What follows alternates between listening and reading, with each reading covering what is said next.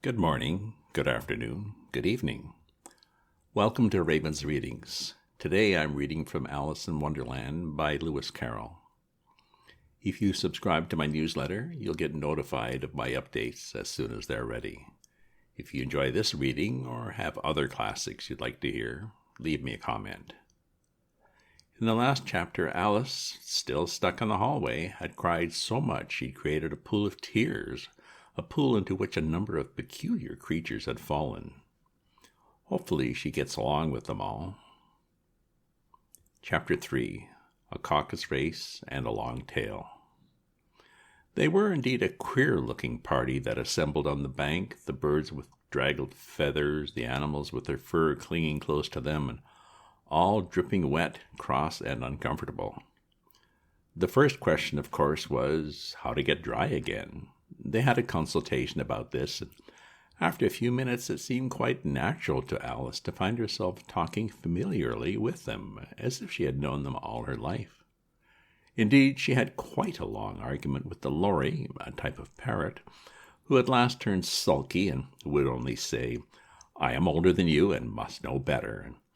This Alice would not allow without knowing how old it was, and as the lory positively refused to tell its age, there was no more to be said.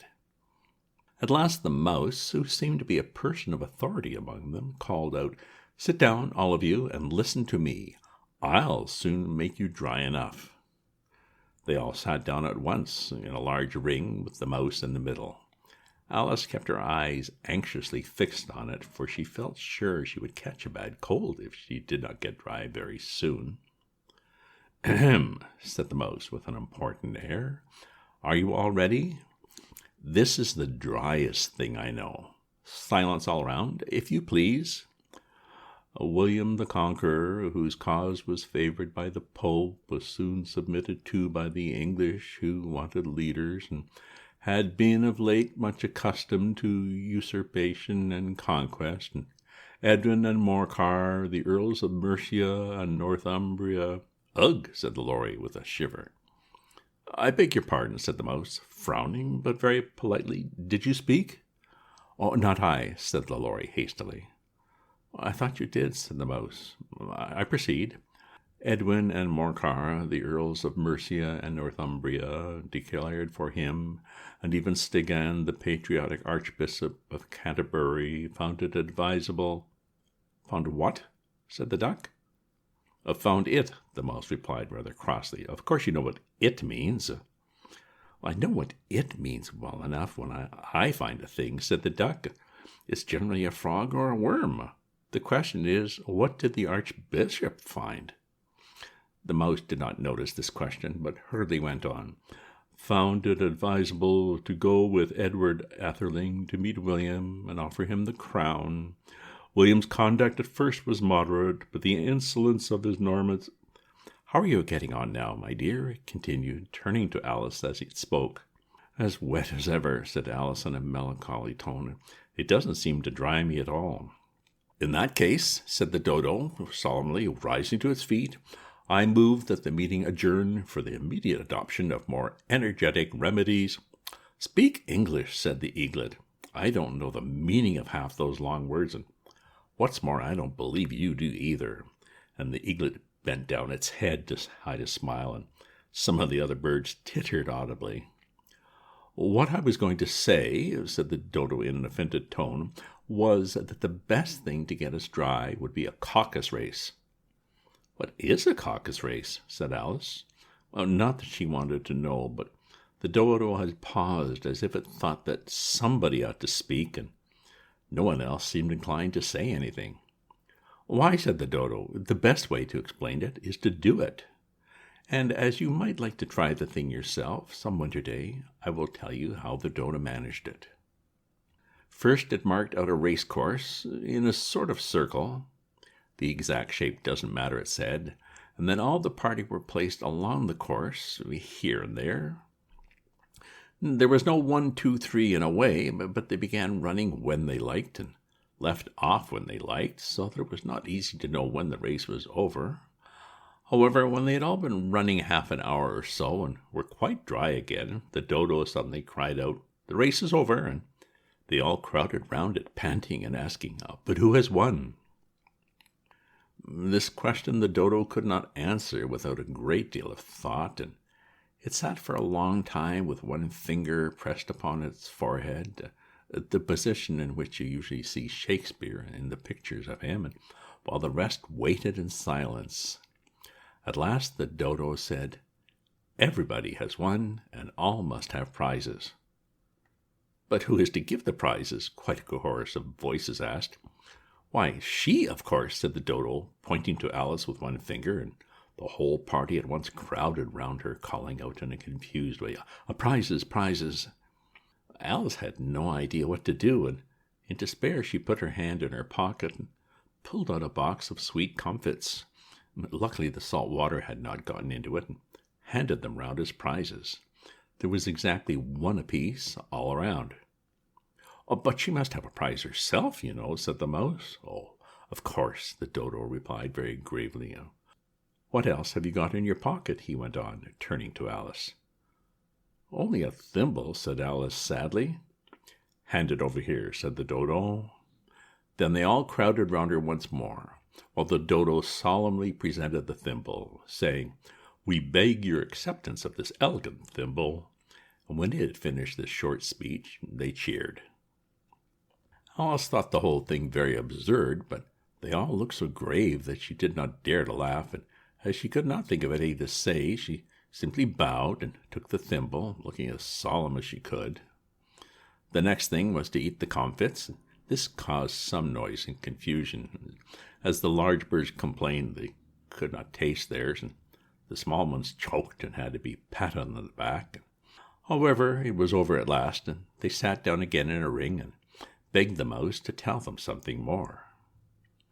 "You promised to tell me your history, you know," said Alice, "and why it is you hate C and D," she added in a whisper, half afraid that it would be offended again. "Mine is a long and sad tale," said the mouse, turning to Alice and sighing.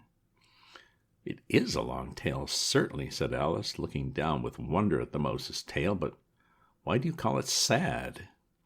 And she kept on puzzling about it while the mouse was speaking, so that her idea of the tale was something winding back and forth. Fury said to a mouse that he met in the house, "Let us both go to law. I will prosecute you." "Come, I'll take no denial. We must have a trial, for really this morning I've nothing to do." Said the mouse to the cur, "Such a trial, dear sir, with no jury or judge, would be wasting your breath." "I'll be judge, I'll be jury," said cunning old Fury. "I'll try the whole cause and condemn you to death." "You are not attending," said the mouse to Alice severely. "What are you thinking of?" I beg your pardon," said Alice very humbly. "You had got to the fifth bend, I think?" "I had not," cried the mouse very sharply and angrily. "Not?" said Alice, always ready to make herself useful and looking anxiously about her. "Oh, do let me help too and do it." "I shall do nothing of the sort," said the mouse, getting up and walking away. "You insult me by talking such nonsense." "I didn't mean it," pleaded poor Alice, but you're so easily offended, you know." The mouse only growled in reply. "Please come back and finish your story," Alice called after it, and the others all joined in chorus. "Yes, please do, but the mouse only shook its head impatiently and walked a little quicker. "Oh, what a pity it wouldn't stay," sighed the Lory, as soon as it was quite out of sight, and an old crab took the opportunity of saying to her daughter, "Ah, my dear, let this be a lesson to you to never lose your temper." "Hold your tongue, Ma," said the young crab, a little snappishly. "You're enough to try the patience of an oyster." "I wish I had our Dinah here. I know I do," said Alice out loud, addressing nobody in particular. "She'd soon fetch it back." "And who is Dinah, if I might venture to ask the question?" said the Lory. Alice replied eagerly, for she was always ready to talk about her pet. "Dinah's our cat, and she's such a capital one for catching mice that you can't think. Oh, and I wish you could see her after the birds. Why, she'll eat a little bird as soon as look at it." This speech caused a remarkable sensation among the party. Some of the birds hurried off at once. One old magpie began wrapping itself up very carefully, remarking, I really must be getting home. The night air doesn't suit my throat. And a canary called out in a trembling voice to its children, "Come away, my dears. It's high time you were all in bed." And on various pretexts, they all moved off, and Alice was soon left alone. "I wish I hadn't mentioned Dinah," she said to herself in a melancholy tone. "Nobody seems to like her down here, and I'm sure she's the best cat in the world. Oh, my dear Dinah, I wonder if I shall ever see you any more." And here poor Alice began to cry again, for she felt very lonely and low-spirited. In a little while, however, she again heard a little pattering of footsteps in the distance, and she looked up eagerly, half hoping that the mouse had changed his mind and was coming back to finish his story. The end. Do you think it's the mouse? When will Alice get through the door? Not that she hasn't had several adventures already and met some very peculiar creatures. Can you imagine them all trotting around in a caucus race? Next week is Chapter 4. The Rabbit Sends in a Little Bill. If you subscribe to my newsletter, you'll get notified of my updates as soon as they're ready. If you enjoy this reading or have other classics you'd like to hear, leave me a comment. Check out my other posts on my Substack at ravensview.substack.com. Remember to share this with your friends. Ta-ta for now.